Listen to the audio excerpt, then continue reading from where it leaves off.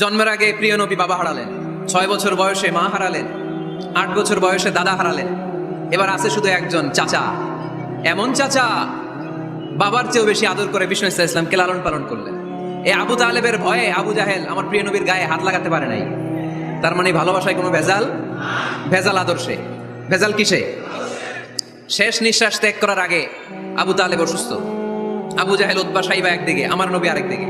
আমার প্রিয় নবী বললেন, চাচা আজীবন আপনি ছাতার মতো আমাকে আশ্রয় দিয়েছেন, আজীবন আপনি বাবার মতো কোলেপিঠে করে মানুষ করেছেন, একবার শুধু আমার কানে কানে বলেন লা ইলাহা ইল্লাল্লাহ মুহাম্মাদুর, বাকিটা আমি আল্লাহর সাথে বুঝে নেব। কিন্তু আবু জাহেলও পাশে আছে না নাই? আবু জাহেল কয় না, আবু তালেব খবরদার, আজীবন যে শিরকি ধর্মের উপরে ছিল ওইটার উপরেই থাক, বাপ দাদার ধর্মে চুনকালি মাখিস না। একবার আবু তালেব প্রিয় নবীর নুরানি চেহারার দিকে তাকায়, মনে মনে ভাবে এখনই পড়ে ফেলি কালিমা।